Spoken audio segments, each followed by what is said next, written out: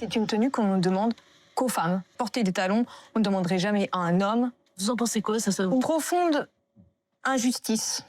À 50 ans, Séverine Guizard vient d'être nommée au comité de direction de son entreprise.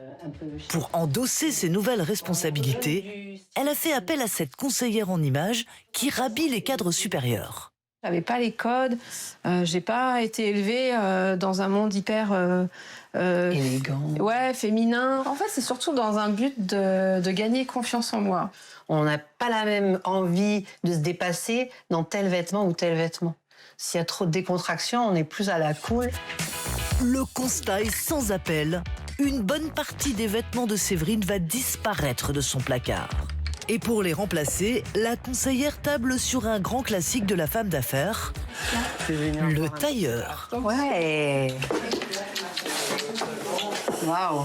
Eh ben, ça change. C'est canon. L'habit ne fait pas le moine, ben, ça permet quand même d'entrer au monastère.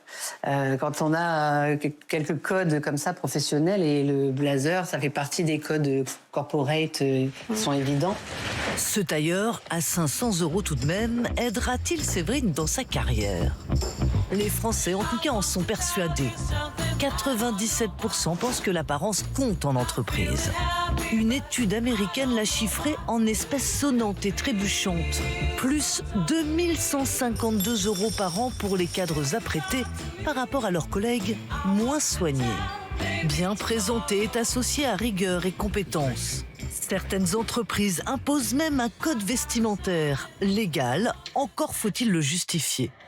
Marianne Labenne a raté un contrat parce qu'elle refusait de porter des talons.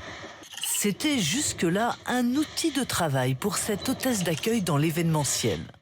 Mais il y a 2 ans, à cause de problèmes de santé, elle demande à porter des chaussures plates. C'est juste inconfortable, en fait. Surtout quand vous êtes debout toute la journée. L'entreprise décide de ne plus la faire travailler.